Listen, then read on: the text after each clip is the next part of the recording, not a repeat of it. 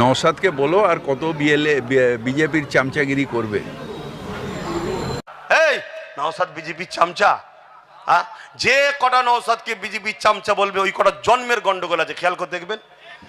হয় মসজিদের জায়গা ঝেড়ে খায় না, অকাপের জায়গা ঝেড়ে খায় নাই, নিজের কোনো অবৈধ করে বসে আছে, এরকম কোনো না কোনো ফেতনার মধ্যে রয়েছে। কথা বুঝে আসছে না? নাই তাহলে এই চোর সরকার মসজিদের জায়গা চুরি করেছে। কথা বুঝে আসছে না? নাই তাহলে এই মসজিদের পক্ষে না বিপক্ষে? আর এই কথা যখন নওশাদ বলছে, এরই দলের আর একজন নামধারী মুশরিক মুসলমান আছে যে নিজেকে হাজি বলে, হারামখোর, জাহান্নামের কুত্তা, তো জন্মের গন্ডগোল আছে। দেখ, সে আজকে নওশাদের বিরুদ্ধে বলছো নাকি বিজেপির কতদিন চামচাগিরি করবে। এ বলেছে না? বলে না? ও জাহান্নামের কুত্তা, শয়তান। ও কিছুদিন আগে বলেছিল ইসলামে নাকি অশান্তি আছে। এ বলেছে না? বলেনি?